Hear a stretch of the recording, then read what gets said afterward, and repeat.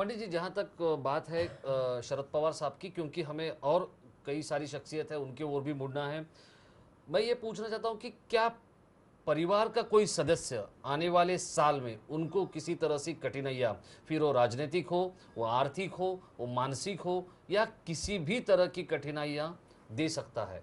देखिए, ऐसा है, जो व्यक्ति देश के बड़े बड़े नेताओं से नहीं संभला, उनकी कंट्रोल में नहीं आया, वो उसको लगाम नहीं डाल सके, तो परिवार का सदस्य क्या होता है।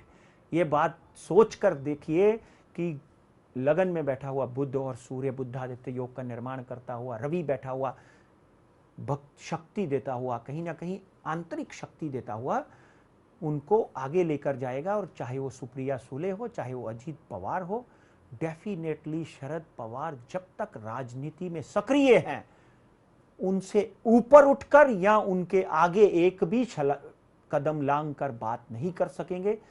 चाहे वो छगन भुजबल हो, चाहे वो नेशनलिस्ट कांग्रेस पार्टी का बड़े से बड़ा नेता हो, Sharad Pawar will be the leader.